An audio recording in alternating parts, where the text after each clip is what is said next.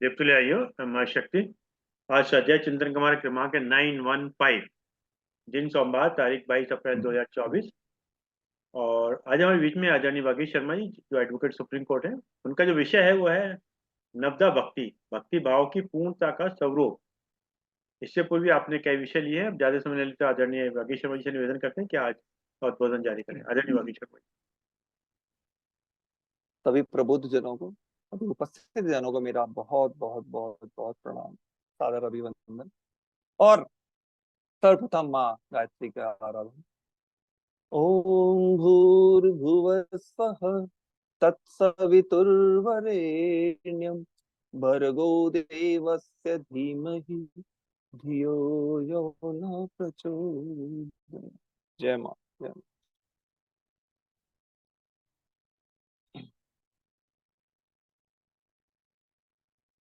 नवधा भक्ति।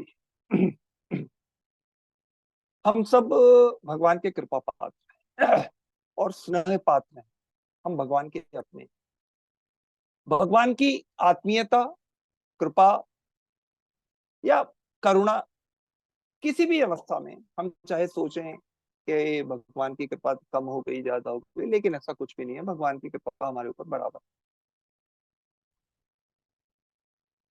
हमें यदि आवश्यकता है तो वो है भगवान के ऊपर अपना भरोसा, अपना अटल विश्वास रखने की और उनकी आस्था में पूरी तरह समर्पित रहने की। आप तय मानिए, यदि हम उन पर समर्पित रहेंगे तो हमें कभी भी किसी भी रूप में परेशानी नहीं होगी, तो भगवान की भक्ति में प्राप्त होती रहेगी। भगवान अपनी अनंत शक्तिमत्ता, सर्वज्ञता, सुहृदयता, दीन बंधुता से हमारा कल्याण करते रहे हैं, करते रहेंगे और कर भी रहे। भगवान का हर एक विधान हमारे कल्याण के लिए है। अतः हमें निराश नहीं होना चाहिए, कभी भय नहीं करना चाहिए, कभी विषाद में नहीं पड़ना चाहिए। और यदि भगवान से कुछ मांगना है तो उनकी भक्ति मांग। भगवत प्राप्ति के लिए नवधा भक्ति श्रेष्ठ है, इसमें कोई किसी भी तरह का कोई शक शुबा नहीं। भक्ति में अपार शक्ति है। निष्ठावान और आस्थावान व्यक्ति जो होते हैं वो अपनी भक्ति से भगवान को इतना अपने वश में कर लेते हैं कि भगवान उनके कहने पर, सुनने पर, बोलने पर अपने आप भगवान को पाने के लिए जरूरत है प्रेम की, प्रेम की, प्रबल चाह की और अपनी इच्छा शक्ति की। मतलब कि भगवान को पाने की हमारे के अंदर जितनी अधिक शक्ति, इच्छा शक्ति होगी, उतना ही हम भगवान को पाने के लिए भगवान के पाने की राह में आगे बढ़ते चले जाएंगे। भगवान के अंदर आत्मीयता होती है। महर्षि वाल्मीकि ने अपने संपूर्ण जीवन में या कहिए पूर्वार्ध में तो सप्तऋषियों के उपदेश सुने, लेकिन उसके बावजूद भी कभी वो राम का उच्चारण नहीं कर पाए। और जब उन्होंने राम का उच्चारण चाहे मरा मरा करके ही किया, तो उसके बाद उस उनके अंदर जो उस जप से सच्ची श्रद्धा, सच्ची निष्ठा आई और जो विशुद्ध चित्त उनका हुआ, उसको हम सब ने देखा कि वाल्मीकि ने एक महाकाव्य की रचना की। उल्टा नाम जपत जरुग जाना, वाल्मीकि भय ब्रह्म। मतलब कि भगवान की आत्मीयता तो यही है कि वाल्मीकि ने उनका उल्टा नाम जपा, फिर भी भगवान ने उनको अपना कृपा पात्र। चलिए, तो अब आज का विषय है नवधा भक्ति। भगवान को पाने के लिए 9 तरह की भक्तियों के बारे में हम कहा सुनते आए। और पहली जो भक्ति है इस दिशा में वो है श्रवण भक्ति। भगवान के दिव्य नाम, स्वरूप, गुणों का, कृत्यों का, चमत्कारों का और उनसे जुड़े हुए संत महात्माओं की, विराट पुरुषों की द्वारा भगवान की कथाओं को सुनना, उनकी अद्भुत लीलाओं में खो जाना, यही श्रवण भक्ति कहलाती है। भगवान से सानिध्य का जो पहला पड़ाव है या पहला सोपान है, वो है भगवान को के बारे में, भगवान के गुणों के बारे में, भगवान के स्वरूप के बारे में, भगवान के कृत्यों के बारे में और भगवान के नाम के बारे उचित व्यक्तियों से, अपने गुरुओं से, या अपने माता पिता से, या जो उस समय के जो अवतारी लोग, उनसे यदि आप भगवान के बारे में सुनेंगे और उसके बारे में मनेंगे, मनन करेंगे, तो निश्चित ही आप मानिए कि आपके लिए बहुत अच्छा। राजा परीक्षित ने गुरु सुखदेव का आश्रय लेकर श्रवण भक्ति की थी। आप सभी जानते हैं कि उस शिक्षाप्रद कथा से परीक्षित के ऊपर इतना अमित प्रभाव पड़ा था कि उन्होंने आखिर में सुखदेव से कहा था कि आपने मुझे भय रहित स्थिति दिखाई है, मैं पूर्णतः शांति हूं। जबकि इस शुरू में उनको सर्पदंश से मरने के बारे में हर समय भय लगता था। श्रवण भक्ति में तन और मन दोनों लगाने पड़ते हैं। सत्संग में पहुंचना हो तो तन से होता है, उसको सुनना हो तो मन से होता है। सभी संतों ने और सभी ग्रंथों में एक मत होकर यही कहा है कि साध संग संसार में दुर्लभ मनुष्य शरीर, सत्संग से मिटत है त्रिविध तापिका पीर। मतलब संत की वाणी से, संत के पास पहुंचने से और सत्संग की महिमा को सुनने या बखान करने से, संतों की जो वाणी है उससे, भगवान का नाम का श्रवण करने से मनुष्य को परम पद प्राप्त हो जाता है। कबीरदास जी ने तो कहा था, कबीरा संगत साधु की हरि और हरे और की ब्याद, संगत बुरी असाधु की आठों पहर उपास। अब देखिए, कबीर जैसा संत यदि कहता है कि भाई आप यदि साधु की संगत में रह रहे हैं तो आपकी गाड़ी अपने आप आगे चलती रहेगी, क्योंकि वो आपको भवसागर से पार कराने के लिए एक सत्संग की नाव है। और दूसरी तरफ यदि आप असाधु की संगति में रहते हैं तो आप आठों पहर आप परेशान रहेंगे, और आपको हर समय कोई ना कोई ऐसी बात रहेगी कि जिससे कि आपको परेशानी। कलयुग केवल नाम आधार है। कलयुग के बारे में कहा गया है कि कलयुग में केवल भगवान का नाम सुनने से ही आपको मुक्ति मिल जाए, और इसलिए श्रवण भक्ति की महिमा और अधिक बढ़ जाती है। आप देख रहे हैं अब इतना जैसे जैसे कथा कीर्तन का महत्व बढ़ता जा रहा है, हम सब देखते हैं कि हर तरफ भगवान के नाम का जाप, भगवान के नाम का स्मरण, भगवान के नाम का श्रवण, भगवान के नाम का कीर्तन, यही एक ऐसी विधाएं चलती जा रही है कि जो मनुष्य के अंततः जीवन को बिल्कुल निष्कलंक, निष्कपट और निश्चित रूप से एक ऐसी स्थिति प्रदान कर देती है कि जहां से उसके अंदर कोई भी व्याधि या उपाधि नहीं। केवल भक्ति से, केवल और केवल भक्ति से आप भगवान को यथारूप में जान सकते हैं। जब मनुष्य के अंदर भावपूर्ण भक्ति का भावामृत आ जाता है तो वो एक तरह से आप देखिए वैकुंठ धाम में प्रवेश कर लेता है। मतलब ये है कि भगवान को बिना भक्ति के नहीं जाना जा सकता। जिस व्यक्ति में श्रवण शक्ति नहीं है, श्रवण भक्ति नहीं है, श्रवण की सुनने की या भगवान को के बारे में सुनने की, भगवान के विषय में सुनने की, भगवान की लीलाओं को सुनने की शक्ति नहीं है, उसके लिए उसका जीवन गया। रामचरितमानस में भक्ति का सर्वप्रथम सोपान जो है वो सत्संग को कहा गया था, और सभी संतों ने एक मत होकर सबसे पहले ये कहा था कि सत्संग के बिना आपका कहीं किसी भी रूप से गुजारा नहीं। प्रथम भक्ति संतन का संगा, दूसरे रति मन मम कथा प्रसंग। मतलब मानस में ये स्पष्ट कहा गया है कि सत्संग सबसे बड़ी भक्ति है और भगवान के कथा प्रसंगों को सुनना ही श्रवण। तो ये एक तरह से पहली, यदि हम जाए क्या कहेंगे कि इसकी भक्ति का जो प्रथम हमारा वो है सोपान, नवधा भक्ति का, वो श्रवण भक्ति। दूसरी भक्ति को हम भी इससे मिलती जुलती है। दूसरी भक्ति को कहा गया कीर्तन भक्ति। मतलब भगवान के दिव्य नाम, महिमा, स्वरूप, चमत्कार, लीलाओं का गुणगान को संगीत में रूप से करना, या सब मिलजुल के भगवान का नाम लेना, ये कीर्तन भक्ति है। ये भक्ति की दूसरी सीढ़ी कहा जाता है इसको। जब कोई जिज्ञासु भक्ति का पहला श्रवण भक्ति को से तृप्त हो जाता है तो फिर उसके अंदर वो जो कुछ सुना है उसको भजन करने, मनन करने, गाने की उसके अंदर शक्ति आ जाती है। वो कीर्तन भक्ति से उसको आगे बढ़ने लगता है। जब वो संतों से भगवान का गुणगान सुन लेता है तो उसे भगवान की महिमा की जानकारी मिलती है, और धीरे धीरे धीरे धीरे वो उत्तरोत्तर उसके जीवन की विकास हो गया। कीर्तन भक्ति का आप देखिए सबसे बड़ा जो उदाहरण है हमारे नारद जी है। नारायण नारायण नारायण कहते कहते उन्होंने देखिए कितना देवर्षि नारद बनते हैं। वो कहीं एक भी स्थान पर टिकते भी नहीं है, लेकिन सदा घूमते रहते हैं, सदा राम नाम नारायण नारायण नारायण करते करते उन्होंने पूरा इस भक्ति का पूरा आप देखिए महत्व सब औरों को भी दिया और खुद भी पाया। अब आप देखिए ना, नारद जी के बारे में ये कहा जाता था कि उन्हें शाप मिला था कि आप एक ही जगह नहीं टिक कर रहोगे, और उन्होंने इस शाप का स्वागत किया। उन्होंने एक शाप को भी एक तरह से अपने ऊपर एक कॉम्प्लीमेंट के रूप में लिया, और उन्होंने कहा ठीक है मैं रुकूंगा नहीं, और 3 और लोगों में बस भगवान के नाम का उच्चारण करता रहूंगा, घूमता रहूंगा।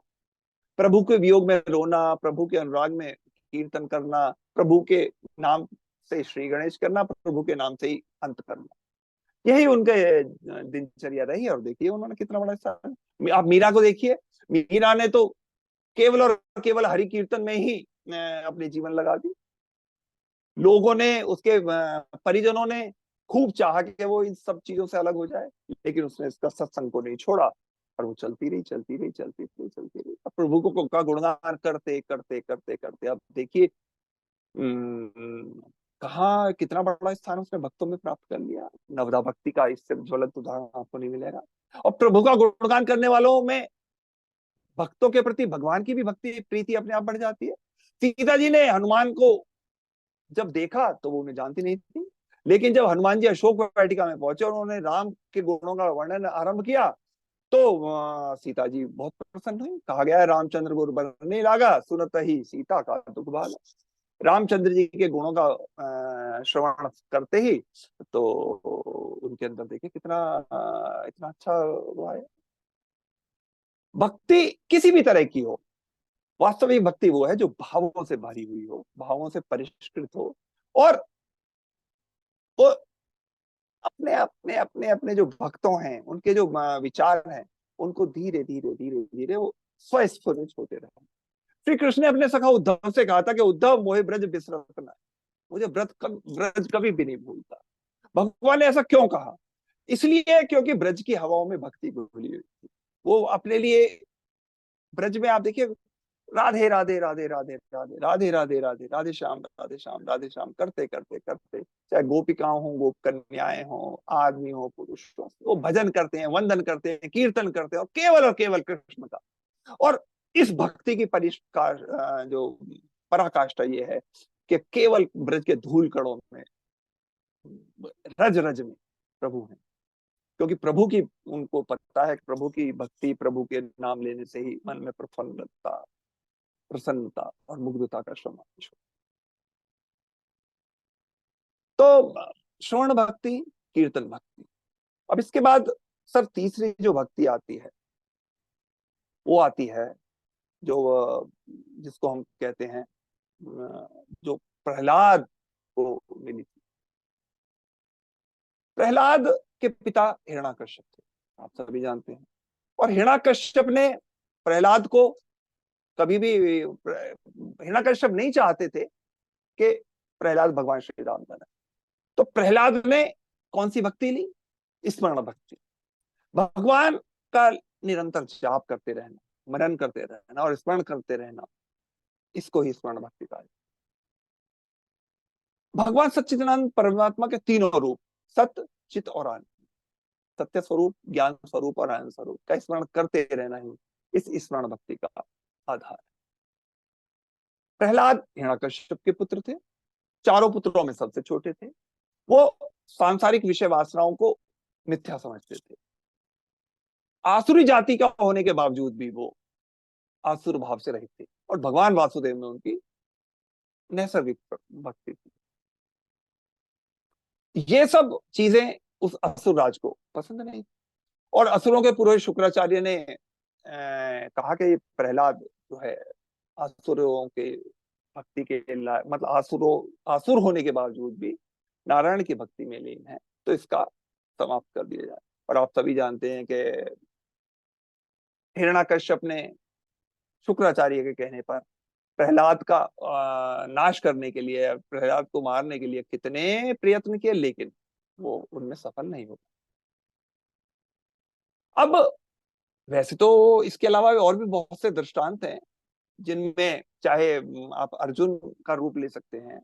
अर्जुन ने भगवान श्री कृष्ण का स्मरण करते करते करते करते करते कितना सब पूरा महाभारत का युद्ध लड़ लिया। और श्री कृष्ण ने स्वयं भी कहा कि जो व्यक्ति मेरा स्मरण करने में अपना निरंतर मन लगाए रहता है, अविचल भाव से मेरा ध्यान करता रहता है, वो अवश्य ही मुझको प्राप्त कर। न केवल इसमें आप अर्जुन का ले सकते हैं, बल्कि आप ये देखिए कि मानस में भी इस बारे में कहा गया है, कह हनुमान विपत्ति प्रभु सोई, जब तक सुमिरन भजन।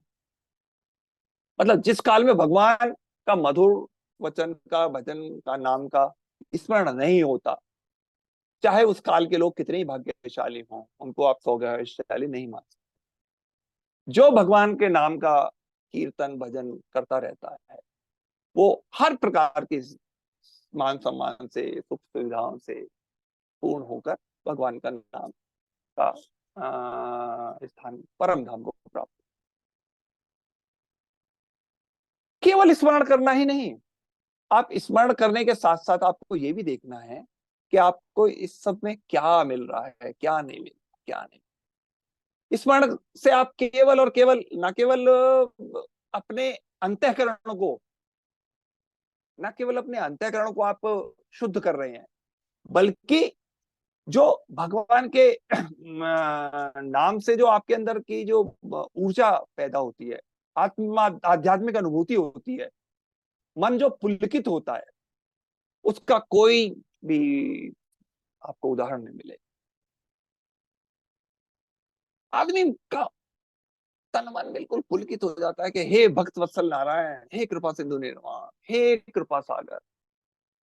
ये जब आपके अंदर विचार से आते हैं, तो आप जो इस इन सब चीजों का आनंद है, स्मरण शक्ति का जो आनंद है, स्मरण भक्ति का जो आनंद है, उसकी छटा आपके मुखमंडल पर। आप देखिए बहुत से लोग हैं बैठे हैं और शरीर, उनका मुखमंडल कितना हवा में हो जाता है, स्मरण कर रहे हैं, भगवान नाम को जप रहे हैं मन मन में, मन मन में, और सामने वाला देख रहा है कि देखो कितने दिव्य विभूति है।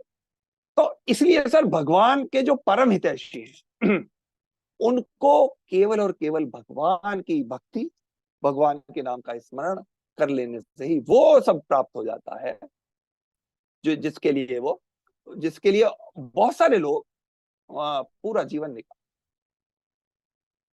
इसके बाद जो अगला सोपान आता है, पाद सेवन भक्ति। मतलब अपने आप को भगवान के श्री चरणों में समर्पित कर देना, भगवान के श्री चरणों में नस्तक हो जाना, नतमस्तक हो जाना, इसे पाद सेवन भक्ति कहते हैं।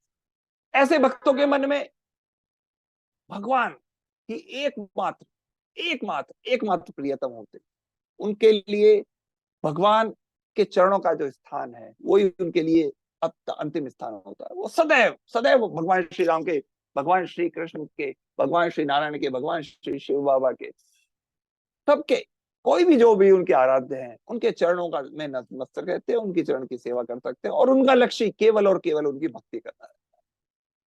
इस संदर्भ में जो सर सबसे बड़ा और ज्वलंत उदाहरण यदि हम देखते हैं, तो माता लक्ष्मी का, जो निरंतर भगवान विष्णु के चरणों में ही रहती हैं और निरंतर उनकी सेवा करती रहती है, उनके चरणों में नतमस्तक रहती है। प्रीतम छवि नैनन बसी, पर छवि कहाँ समाए, भरी साराय रहीम लखी, आप पथिक फिर जाए। रहीम ने कहा था कि जिन नयनों में प्रभु बस चुके हैं, वहां कोई और दूसरा आ ही नहीं सकता। जैसे यदि किसी सराय को पूरी ऑक्युपाइड है, पूरी तरह भरी हुई है, तो उस भरी हुई सराय को देख कोई भी मुसाफिर यदि देखता है तो वो अपने आप ही वहां से चला जाता है, उससे किसी को कहने की जरूरत नहीं पड़ती। वो अपने आप वहां से चला जाएगा, उसने भाई यहाँ तेरा गुजारा नहीं। तो इसी तरह भगवान का जो नाम का जो सेवन करने वाले हैं, या भगवान के चरणों में जिन्होंने अपने आप को लगा रखा है, उनके लिए सारा और सारा एकमात्र जो स्थान है वो यही है। तो इस चौथी भक्ति के लिए सर तुलसीदास जी ने मानस में इसके बारे में कहा है कि ये निष्कपट भाव से प्रभु के चरणों में अपनी आराधना करना, या भगवान के श्री चरणों में अपने आप को समर्पित कर देना, ये इस भक्ति का सबसे बड़ा उदाहरण है। चाहे वो भगवत गीता हो या फिर मानस, इसमें कहा गया है, अनेक स्थान पर देखा गया है, ये इस परिलक्षित होता है कि जो अपने मन को भगवान श्री राम के, भगवान श्री कृष्ण के या परमात्मा के चरणों में लगा देते हैं, उनको कहीं किसी और चीजों को देखने की जरूरत है। महाभारत में कहा है कि जो मुझे स्वतंत्र सर्वत्र मुझे ही देखता है, या अपने आप में भी मुझको ही देखता है, उसके लिए मैं कभी अदृश्य होता हूं, कभी वो मेरे लिए अदृश्य होता है। लेकिन ये जो है गुणगान करना या अपने आप मेरे चरणों में खुद को समर्पित करना, ये उस व्यक्ति के लिए बहुत बहुत कैड़ा है और दुर्लभ भी है। प्रभु स्वयं साक्षात उसके लिए प्राप्त, उसके प्राप्त हो जाते हैं। और चाहे वो शबरी हो, चाहे वो अर्जुन हो, जिसने अपने आप को भगवान के चरणों में समर्पित कर दिया है, भगवान के चरणों में अपने आप को लगा दिया, उसके लिए फिर कोई कोई कोई भी चीज ऐसी नहीं होती जिसे वो प्राप्त कर। शबरी को महर्षि मातंग ने कहा था कि तुझ शरणागति तुझे प्राप्त होगी, और शबरी को जो कुछ प्राप्त हुआ वो केवल और केवल उसका समर्पण या भगवान श्री राम के प्रति उसकी चरण सेवा की भक्ति के कारण।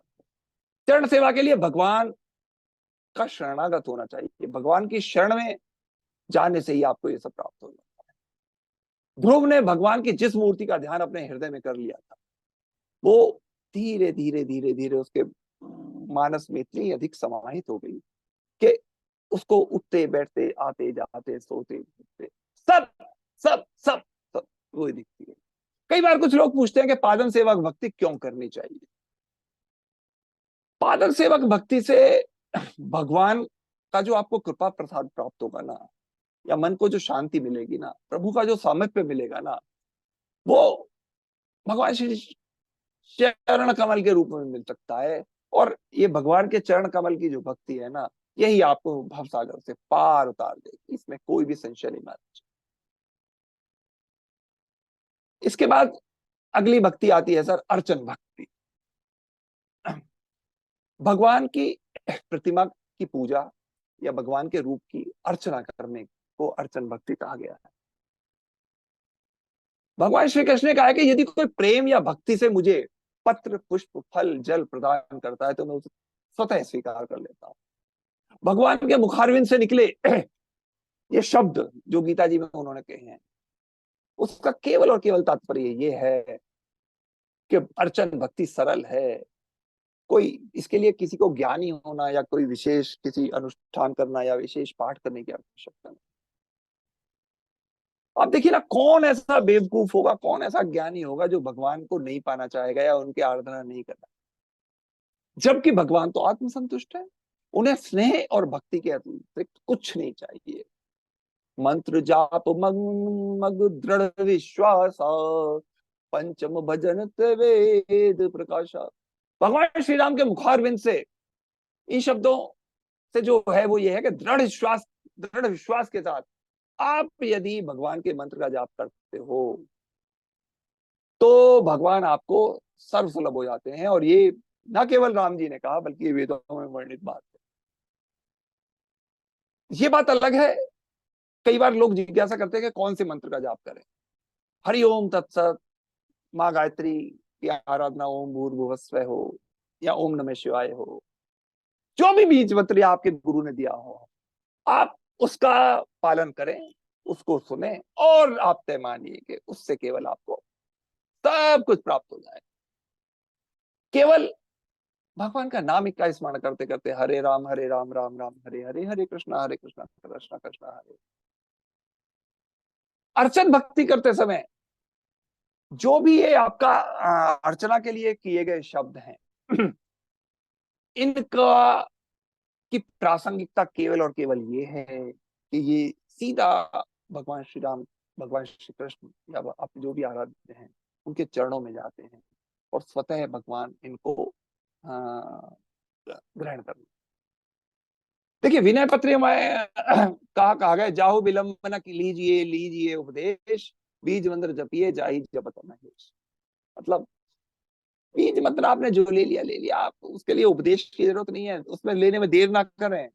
आप भगवान का नाम करिए, और भगवान का नाम तो का जो सुमिरन है वो भवसागर से पार कराने के लिए आपको एक नाव की तरह है कि जो इस भवसागर से अपने आप सबको पार करा देती है। इसके बाद जो सर अगली भक्ति आती है उसमें हमें ये देखना है कि ये क्या है। इसमें वंदन भक्ति, अर्चन चली गई तो उसके बाद वंदन भक्ति है। वंदन भक्ति से तात्पर्य है भगवान की वंदना करना,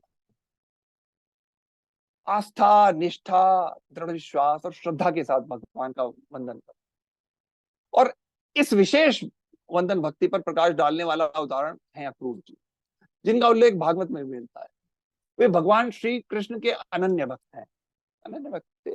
जब उन्होंने श्री कृष्ण को मिलाने के लिए वृंदावन में प्रवेश किया तो वो भाव विभोर हो, वो मिलने के लिए गए थे क्या सोचकर, और जब उनके नेत्रों से प्रेमाश्रु बहने लगे तो वृंदावन की जिस धरती पर भी गए उन्होंने कहा यही वो धूल है, यही वो रज है जहां मेरे भगवान के श्री चरण रहे। जिन्होंने भगवान श्री कृष्ण के चरण रज सारे वृंदावन में फैली पड़ी है। वो जैसे जैसे जैसे जैसे आगे बढ़ते रहे, भगवान की लीलाएं, भगवान की गायों के प्रति भक्ति, गाय बछड़ों के प्रति भक्ति, रज के कानन कानन में, सारे व्रतों में, ब्रगों में, मतलब कहाँ भी कहाँ नहीं है। और हरि के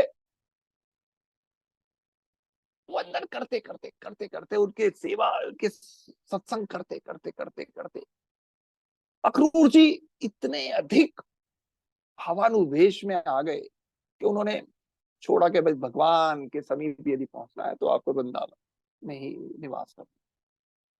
और केवल उन्होंने सब अपने छोड़ छाड़ दिया, बोले मैं तो यही रहूंगा। और आप वैसे भी देखिए वृंदावन में आप जाइए, कितने लोग ऐसे मिलेंगे आपको जो वृंदावन घूमने आए और भगवान की वंदना करते करते करते करते वहां से वापिस ही नहीं गए। सच्चे भक्ति के इन सभी बातों से सर आप ये देखिए कबीरदास ने क्या कहा। कबीरदास ने कहा था, माला फेरत जगमुओ फिरा ना मन का फेर, कर का मन का डार के मन का मन का फेर। कि हाथ की माला को फेंक, मन की माला से प्रभु के नाम का वंदन कर, यही तुझे भवसागर से पार कराएगा। क्योंकि भगवान भक्ति के भूखे हैं, भगवान प्रेम के भूखे हैं, भगवान को ज्ञान ध्यान प्रेम से ही जाना जा सकता है। इतने आपको इतने अनेक उदाहरण हैं पूरे के पूरे इसमें, इसके के आप कितना किसको याद रखें। कितना केवट है, देखो केवट, केवट ने केवल भगवान की वंदना करने के लिए, भगवान को जब उन्होंने भेंट देनी चाहिए, केवट बड़ा आकुल हो गया, उसने प्रभु के चरणों में गिर गया, बोले भगवान मुझे आपसे कुछ नहीं चाहिए, आपका अनुग्रह मेरे लिए यही बहुत है कि आपने मुझे सेवा का मौका दिया, मुझे आपकी अर्चना का मौका दिया। तो ये सब चीजें सर इतनी है कि कई बार आदमी इतना भावुक हो जाता है कि आदमी क्या कहे क्या ना कहे। चलिए, इसके बाद जो सातवीं भक्ति आती है सर वो है दास्य भक्ति। मतलब भगवान की सेवा करना ही दास्य भक्ति है। मतलब भगवान अपने आप को भगवान का दास बना देते, प्रभु के दीवाने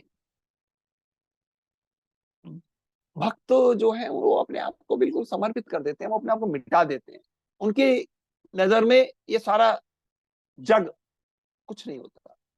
प्रभु का जो दास होता है सर, वो इतना अधिक डूब जाता है, उसे क्या खा रहा है, क्या पहन रहा है, कौन सामने बैठा है, कौन नहीं बैठा, क्या है, वो केवल और केवल प्रेम भक्ति से लगा रहता है। और ये नवधा भक्ति का इतना बड़ा, दास्य भक्ति का जो भाव है, वो इतना इतना अधिक शक्तिशाली है कि वो जो भगवान का भक्त है, भगवान का दास है, वो केवल अपना भगवान के यश में गाते गाते कभी उसको कोई परेशानी नहीं होती। वो अमृत रस के में मस्त रहता है, मन क्रम वचन से वो केवल और केवल प्रभु का दास। और इस दास भक्ति का आप देखिए सर, सबसे बड़ा उदाहरण है हमारे पवन सुत हनुमान। वो जैसे ही भगवान श्री राम का दर्शन सर्वप्रथम पाते हैं, वैसे ही उनके दास बन जाते हैं। वहीं से उन्होंने दोनों अपने आप को दास बना के उन्होंने दोनों राम लखन को अपने कंधे पे बैठाया, चल दिए सुग्रीव जी के। और भगवान श्री राम भी दास से भक्ति से कितने प्रफुल्लित हैं कि वो बवा विभोर होकर कहते हैं कि तुम मुझे लक्ष्मण से भी अधिक प्रिय हो। दोनों भाइयों को जब वो लेकर सुग्रीव के पास गए तो प्रभाव की लंका यात्रा में भी भगवान श्री राम हनुमान जी के कंधे पर विराजित हो गए। भगवान, मतलब कहने का मतलब ये है कि इतना अधिक समर्पित भाव आप पूरी कहाँ मिलेगा जी? हनुमान जी से ऊपर भक्त कौन मिलेगा आपको? कोई नहीं मिल सकता। वाल्मीकि रामायण में तो ये कहा गया है, स्पष्ट रूप से वाल्मीकि जी ने कहा है कि भगवान श्री राम ने कहा कि जब तक इस लोक में मेरी कथा, मेरी कीर्ति चलती रहेगी, तब तक लक्ष्मण तुम्हारी भी कीर्ति और तुम्हारा भी जीवन चलेगा। और इसी दास भक्ति के जो दूसरे आप देखिए, वो सुग्रीव जी थे। जब सुग्रीव जी को ये बोध हो गया कि भगवान श्री राम तो साक्षात ईश्वर के अवतार, तो उनके हृदय के पट खुल गए। उसके बाद उन्होंने कुछ भी नहीं कहा, वो केवल और केवल ये मानते रहे या ये सुनते रहे कि भगवान मुझे आप आदेश दीजिए क्या कर।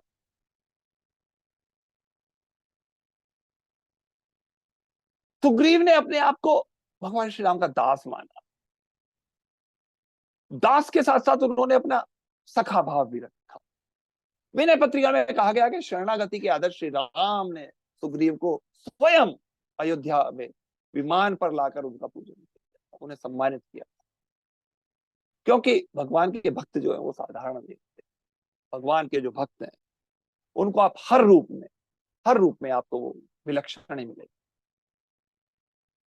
गोस्वामी तुलसीदास ने श्री राम चरितमानस में कहा है कि मोरे मन प्रभु अस विश्वासा, राम से अधिक राम का दास। अर्थात आप देखिए अनेक स्थान पर राम से बड़ा राम का नाम, राम से बड़ा राम का नाम। मेरे मन में यह विश्वास है कि भगवान श्री राम से भी अधिक भगवान के दास होते। यही बात आप ये कृष्ण जी के यदि हम परिवेश में कहें, मीरा के परिवेश में कहें या गोपियों के परिवेश में, तो सूरदास जी के रूप में कहें, तो सूरदास जी की जो गोपियों की जो प्रेम भक्ति थी वो भी दास्य भक्ति की श्रेणी में रखी जा सकती है। क्योंकि भगवान के प्रेम में वो इतनी अधिक मगन थी कि जब उद्धव जी उनके पास आते तो वो कहती हैं, उद्धव मन न भयो दसवी, एक हतो सो गयो श्याम संग, को आराध है।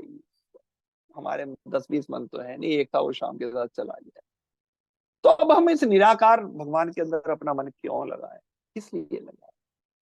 जिस तरह से सारी सरिताएं, सारी नदियां एक एक करके सागर में समा जाती हैं, ठीक वैसे ही सारी गोप बालाएं योगेश्वर कृष्ण के अंदर समा रहे। और भक्ति का ये प्रभाव इतना अधिक रसमय है, इतना अधिक प्रभुमय है कि जहां ये भक्ति है वहां सब कुछ खत्म हो जाता है। अब इसके बाद सर आती है साख्य भक्ति। भगवान ने जैसे कि भगवान की सखा के रूप में सोची। सख्य भक्ति का यदि हम वैसे अभिप्राय देखें तो है भगवान के साथ मैत्री भाव, ऐसा सखा भाव जिसमें कि उनके साथ रहना, उनके सामने रहना या उनके हर समय उनकी बातों को सुनना, ये एक साख्य भक्ति है। ये 8वीं भक्ति मानी गई है। और इसका जो सबसे सशक्त उदाहरण है वो भगवान का श्री कृष्ण के साथ रहता हुआ अर्जुन। अर्जुन गीता के चौथे अध्याय में संभवतया भगवान श्री कृष्ण ने अर्जुन से खुद कहा है कि आज मेरे द्वारा कही गई ये योग यानी परमेश्वर के साथ अपनी संबंध का विज्ञान जो मैंने अर्जुन तुमसे कहा है, क्योंकि तुम मेरे भक्त मेरे मित्र हो, अतः इसको तुम आराम से समझ सकते हो। मतलब कहने का यह है कि भगवान ने अर्जुन को भी जो स्थिति दी वो विलक्षण थी। मानस हो तो मानस में एक चौपाई आई है सर, सेवक स्वामी सखा सी अपी के हित निरुपति सब विधि तुलसी के। भगवान श्री सीताराम पति रामचंद्र के साथ भगवान श्री शंकर जी के भी संबंध प्रकट है। शिव जी राम के सेवक हैं, स्वामी हैं और सखा भी हैं।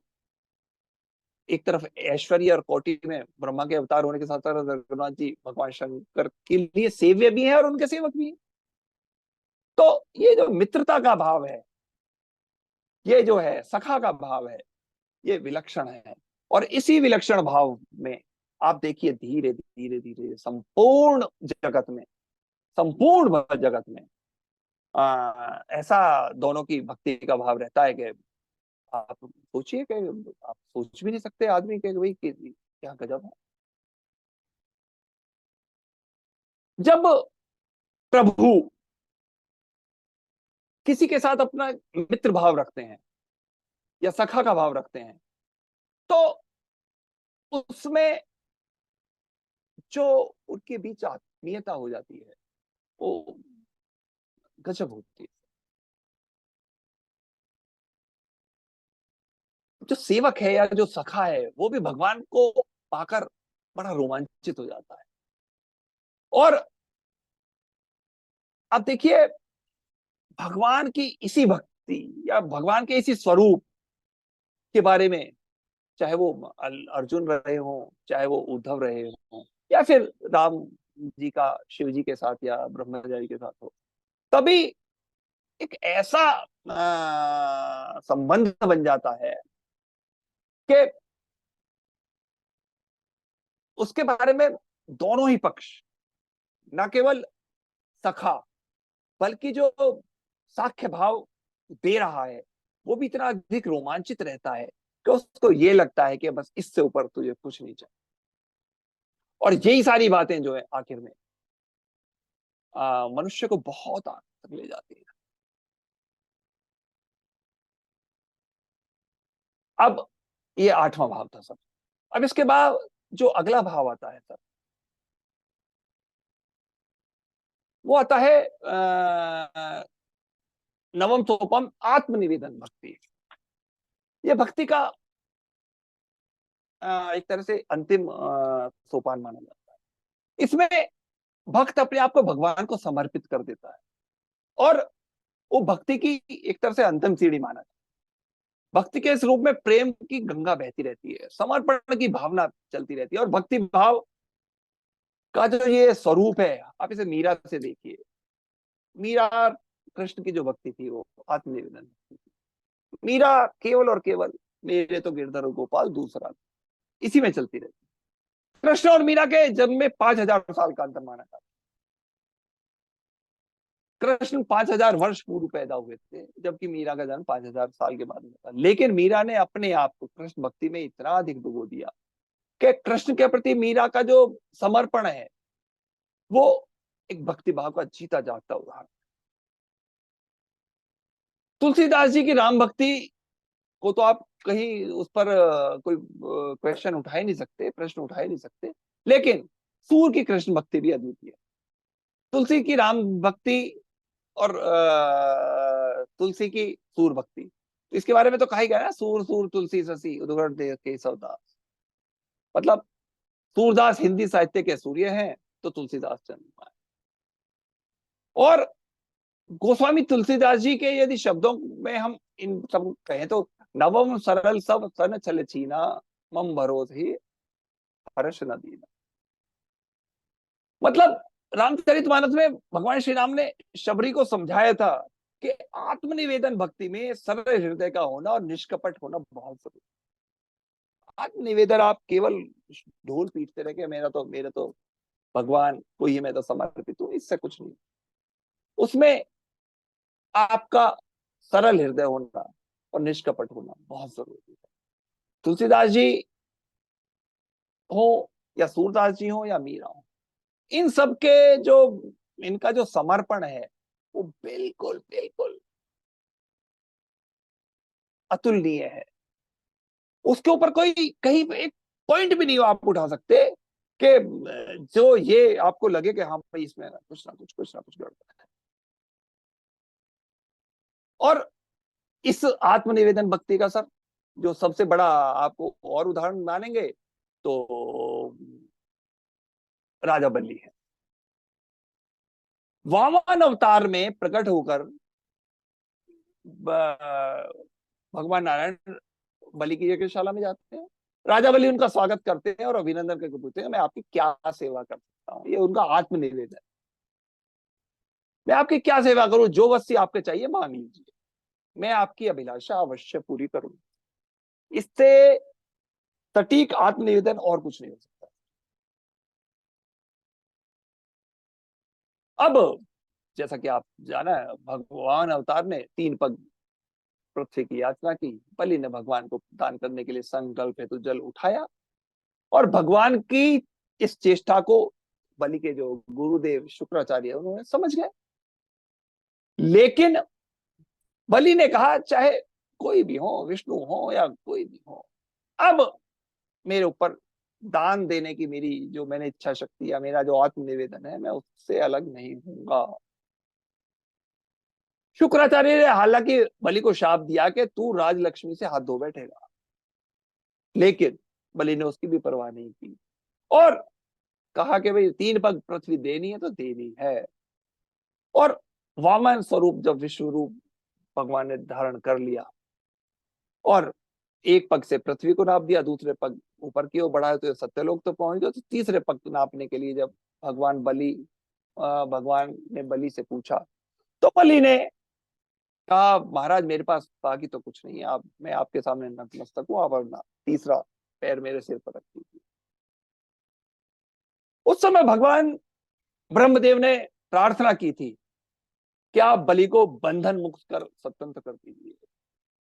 तब भगवान ने कहा था ब्रह्मा जी मैं जिसे अनुग्रहित करना चाहता हूं उसके लिए उसके धनाद को तो नष्ट कर ही देता हूं, क्योंकि जिसके अंदर भी अहंकार रहेगा, धन का अहंकार रहेगा या किसी भी तरह का शक्ति का अहंकार रहेगा, वो फिर भक्ति को प्राप्त नहीं। और बलि बंधन मुक्त होकर अपने इहलोक को चलेगा। भगवान ने देव दुर्लभ अनुग्रह से बलि को कृतकृत्य किया। भगवान ने यह भी आदेश दिया कि प्रहलाद भी अपने पौत्र बलि के साथ निवास करें और अपने वंशजों के साथ साथ आनंद में जीवन व्यतीत करें। शुक्राचार्य ने भी भगवान की भांति बलि को आशीर्वाद दिया। तो वामन भगवान की ये जो लीला थी, ये इस आत्मनिवेदन भक्ति का इससे बड़ा उदाहरण आपको कहीं नहीं। समर्थ गुरु रामदास भी आत्मनिवेदन भक्ति के जो है बहुत अच्छे प्रमाण थे। जब वे ईश्वर साक्षात के उपरांत काशी विश्वनाथ मंदिर में पहुंचे तो कुछ पुजारियों ने उनकी वेशभूषा से अंदाजा लगाया कि वो ब्राह्मण नहीं है, अतः उन्हें शिव जी की पिंडी के दर्शन नहीं करने चाहिए। जैसे प्रभु इच्छा कहकर वे बाहर निकले, पिंडी लुप्त हो गई। पुजारी दौड़कर आए और क्षमा याचना की। जब वे पुनः मंदिर में आए तब समर्थ गुरु रामदास ने पिंडी को वहीं पाया, पुजारियों ने भी पिंडी को वहीं पाया, जो जैसा था वो वैसा। ये थी आत्मभक्ति, आत्मनिवेदन भक्ति ये थी।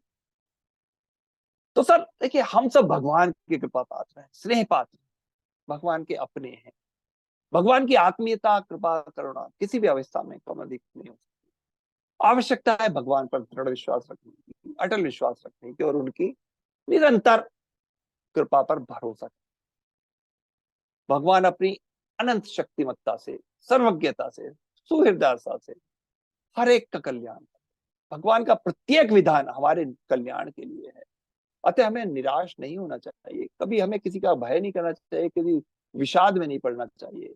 और यदि कुछ मांगना है तो भगवान से मांगिए ना, भगवान की भक्ति कीजिए ना, भगवत प्राप्ति कीजिए। नवता भक्ति के जो 9 रूप हैं, इतना सरल बता दिया। आप भगवान को भगवान मान के पूजो, दास मान के पूजो, दास बन के पूजो, मित्र बन के पूजो, याचक बन के पूजो, पूजो तो सही।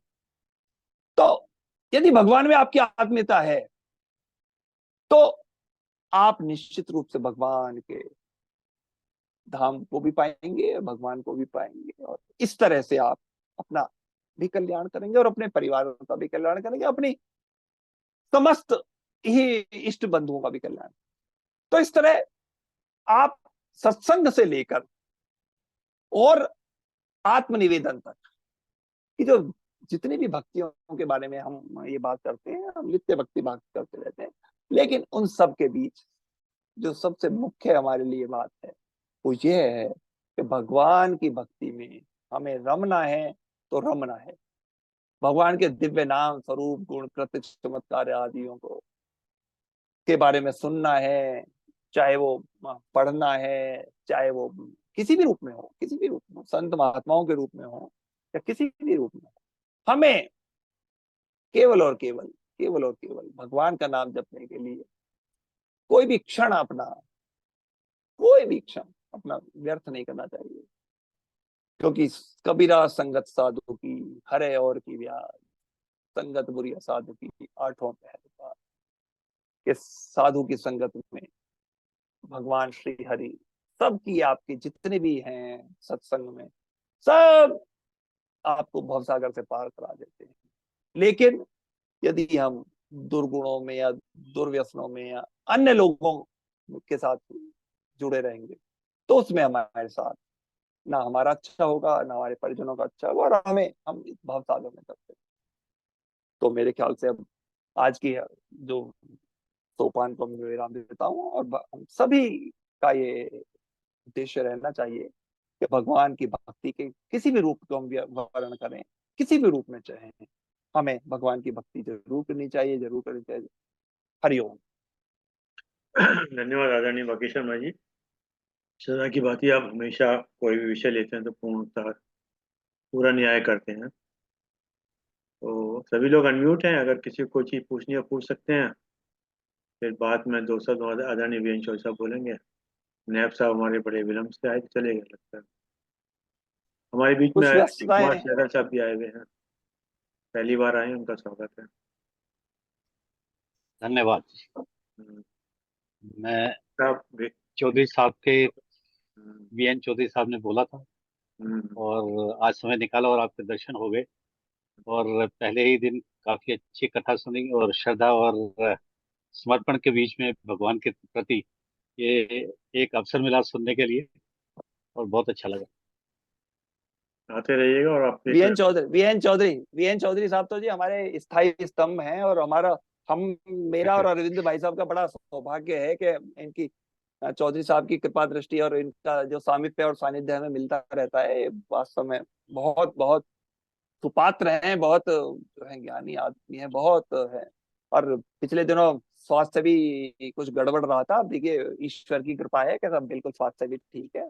ईश्वर की कृपा बनी रहेगी हम सभी की, आप प्रभु से इच्छा है। वागेश जी, सहगल साहब कोई विषय भी लेंगे बीच में अपना, ये आप थोड़ा सा परिचय दीजिए। मेरे ख्याल से बताया था रिटायर्ड आईओसी से, मेरे ख्याल से हैं शायद ना। हाँ, मैं इंडियन ऑयल R&D सेंटर से retired chief general manager retire हुआ था, हम्म। जी और उसके बाद कुछ समय मैंने चौधरी साहब के साथ क्वालिटी काउंसिल ऑफ इंडिया में बिताया, जहाँ पे हमारी मुलाकात हुई, और कुछ विशेष कार्यक्रम हमने उसमें किए।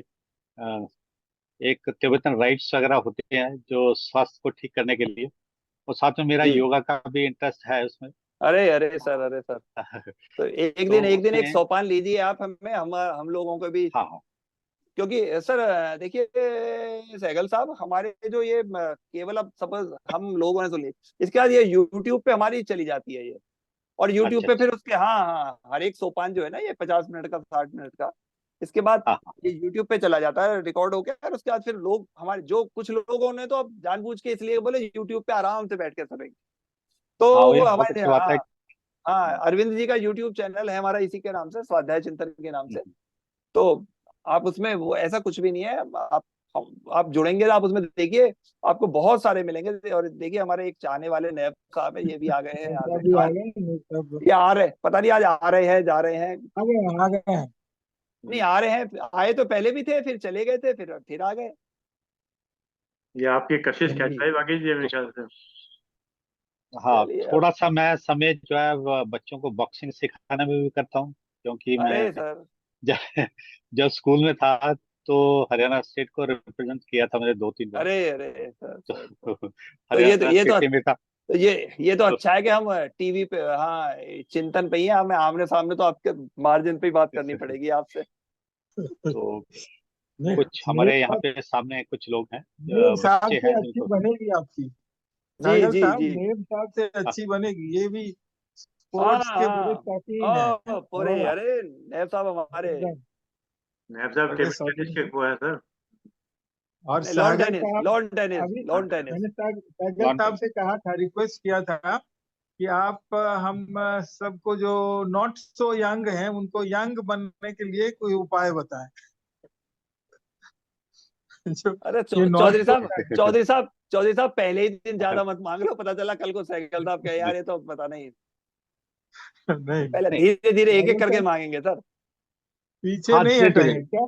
क्योंकि क्या सागर पेशेंस साहब? होना बड़ा जरूरी है। तो हर चीज होती है उसके कुछ हद तक तो हम जा सकते हैं, पूरा तो यंग हो नहीं सकते।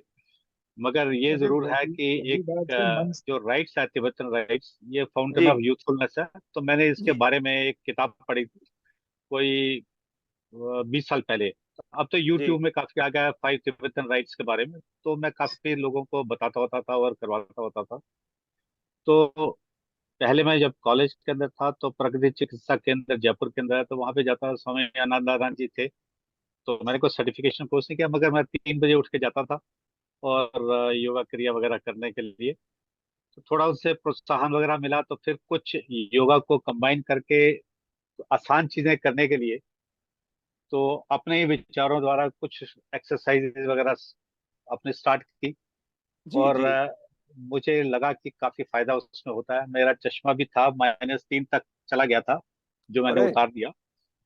तो रिटायरमेंट के बाद मेरा -1.75 के करीब था। और वो अब मैं अब नजदीक की दूर की, अब कोई मेरे को चश्मे की आवश्यकता नहीं है। अरे, और कुछ अचीवमेंट है आपका सर।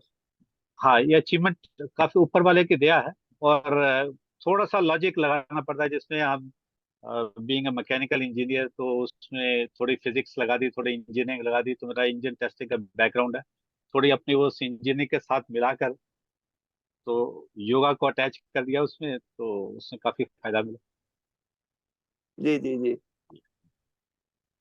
चलिए सर, कोई और किसी को जिज्ञासा हो? नायब साहब कुछ बोलने वाले अरे हैं? बस से अच्छा, सुनने के लिए तो बहुत अच्छा लगा हमें। तो ये आज तो पहली बार था, तो इसमें लीन होने में थोड़ा सा समय जरूर लगेगा। तो ये अच्छा लगा। चलिए, आदरणीय वेंकट साहब जी दोस्तों। चौधरी सर, चौधरी साहब, चौधरी धन्यवाद, साहब के। धन्यवाद शर्मा जी, और धन्यवाद आज की वक्ता जो वागीश जी हैं। खुद वागीश हैं तो उनकी वक्तृत्व में कोई कमी तो रह ही नहीं सकती है। उनको तो मैं बस सरस्वती पुत्र ही समझता हूँ। और ये मैंने मैंने उनको कहा था कि आप तो हर केस आप जीत जाएंगे, जो भी प्रेजेंट करेंगे वो उसमें आपको जीत मिलेगी ही मिलेगी, ऐसे वागीश जी। तो आज आपने सच में नौ तरह की भक्ति पर जो बताया, नवधा भक्ति, सच में। एक तो पहले कलयुग केवल नाम आधारा हम सुनते थे, कलयुग केवल नाम आधारा, क्योंकि हम सर्वसाधारण लोगों के लिए सबसे सीधा सरल जो उपाय लगता है कि बस थोड़े से में काम चल जाएगा। आज के लोग तो यही चाहते हैं, थोड़े से में काम चल जाए। तो थोड़ी मेहनत, बस राम कृष्ण नाम, नाम का ले आधार, बस पहुंच जाए, मिल जाए जो भी मिलना है। तो उस तरह की बात हमको इसीलिए लगता है कि कलयुग केवल नाम आधारा, ये इसलिए आया होगा।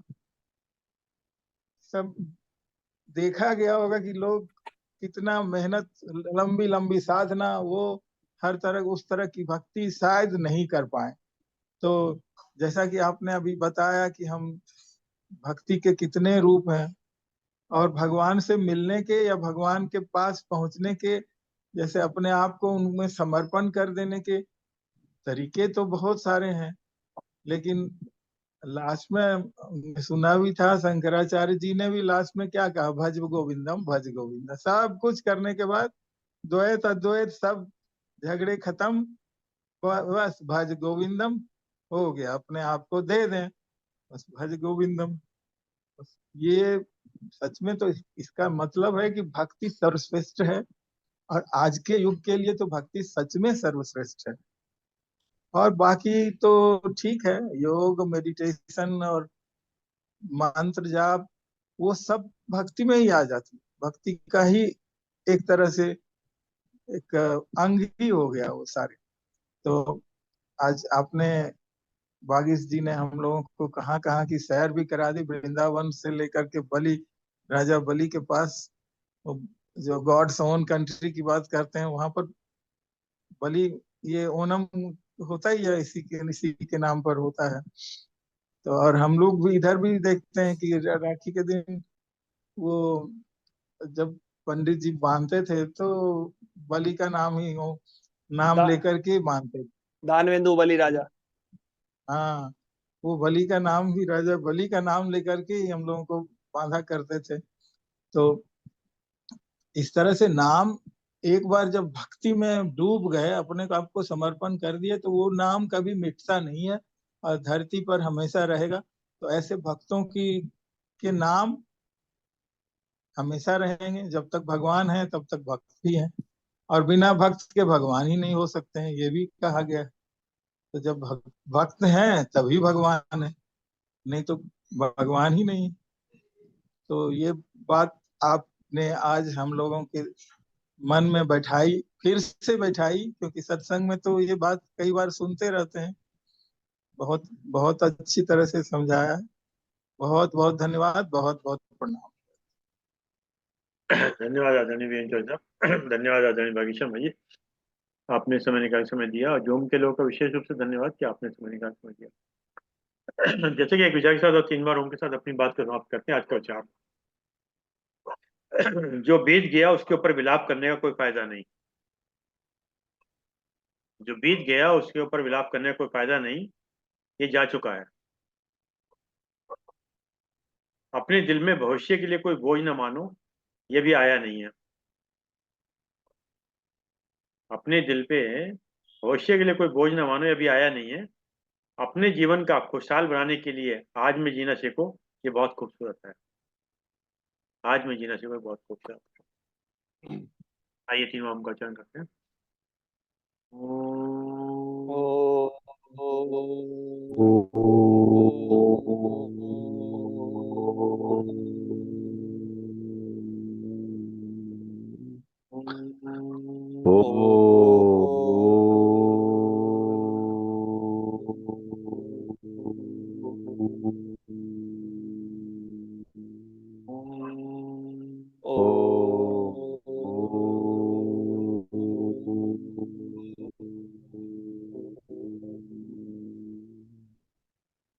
शांति शांति शांति शांति शांति। शांति। सबको प्रणाम, सबका बहुत बहुत धन्यवाद। प्रणाम प्रणाम प्रणाम।